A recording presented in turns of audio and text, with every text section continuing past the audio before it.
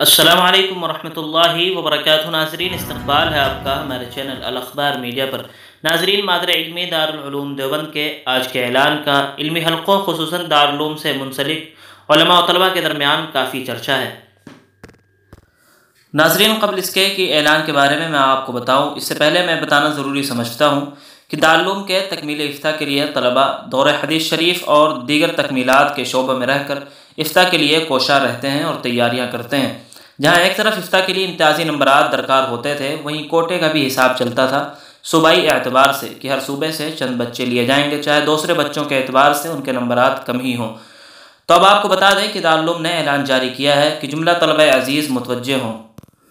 پہلے تکمیل افتاء میں داخلے صوبائی کوٹوں کی بنیاد پر بھی ہوتے تھے، پھر بقیہ تعداد کو تقابلی نمبرات کے ذریعے پورا کیا جاتا تھا، جس کے نتیجے میں اعلیٰ سے اعلیٰ نمبرات حاصل کرنے والے طلباء استحقاق کے باوجود بھی تکمیل افتاء میں داخل نہیں ہو پاتے تھے اور کم نمبرات والے طلباء بغیر تقابل کے داخل ہو جاتے تھے۔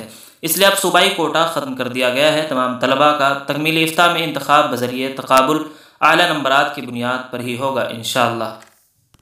ناظرین، اس فیصلے پر مثبت و منفی دونوں طرح کے تاثرات اور رد عمل طلباء کی طرف سے سامنے آ رہے ہیں، لیکن اکثریت کی یہی رائے ہے جو کہ وہی بہتر ہی ہے کہ یہ فیصلہ بہت ہی زیادہ مناسب اور صحیح رہا۔ ناظرین، آپ کے خیال سے دارالعلوم کا یہ فیصلہ کیسا رہا؟ کمنٹ باکس میں ضرور لکھیں، ویڈیو کو لائک اور شیئر کر دیں۔